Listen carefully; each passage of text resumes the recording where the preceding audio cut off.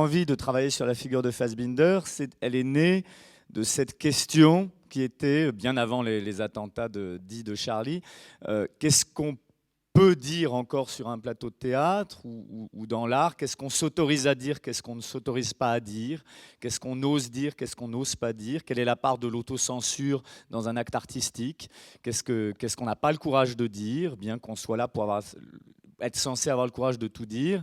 Donc on était revenu à cette figure de Fassbinder qui représentait, et pour Falk et pour moi, qui sommes de la même génération, une figure, on va dire, très importante. Fassbinder est mort à 37 ans, après avoir fait une quarantaine de films, écrit une vingtaine de pièces de théâtre, et étant devenu une véritable légende en Allemagne notamment, où il était autant adoré que détesté, et notamment pour cette question de la transgression. Il faut rappeler que Fassbinder a, tout au long de ses films et de ses pièces, toujours mis sur les plateaux de théâtre toutes les figures de la transgression et qu'il a creusé obstinément, je dirais, toute une radiographie d'une société qui n'était pas forcément les gens qu'on avait l'habitude de voir sur les écrans de cinéma. Donc, qui est Falk Richter ? Falk Richter, c'est pour moi un des auteurs allemands les plus importants aujourd'hui de sa génération, qui est quelqu'un qui a une particularité dans le paysage théâtral allemand. C'est quelqu'un qui travaille très proche de l'autofiction.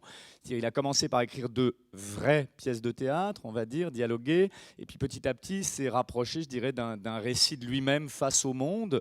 Le tournant a été la guerre en Irak, c'est-à-dire c'est à un moment donné où il a commencé à écrire sur ce qu'il y avait autour de lui, et où il a commencé à composer en tant qu'auteur et metteur en scène des spectacles à la fois assez cruels, violents, drôles, et qui en même temps, on va dire, dessinaient une génération, sa génération.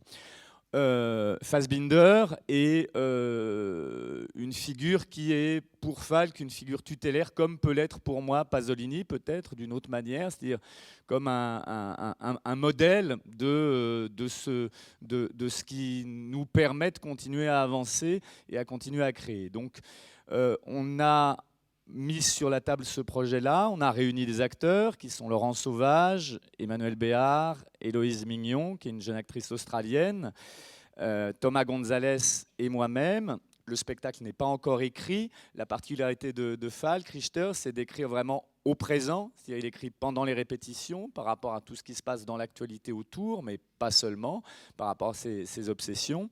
Et ça donne ensuite des spectacles qui sont assez, on va dire, percussifs dans la manière de s'adresser au public. Il y a souvent une très grande frontalité.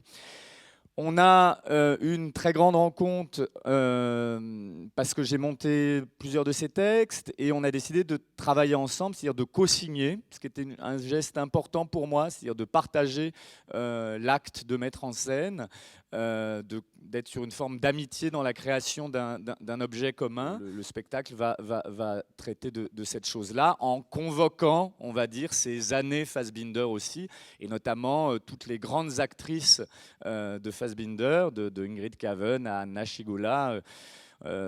C'est-à-dire que le cœur du spectacle va peut-être s'articuler autour des deux interprètes féminines, Héloïse Mignon et Emmanuel Béard. Voilà, et ça sera une rêverie finalement autour de la possibilité aujourd'hui de voir la naissance d'une figure comme celle de Fassbinder hanter notre présent et pas simplement notre mémoire.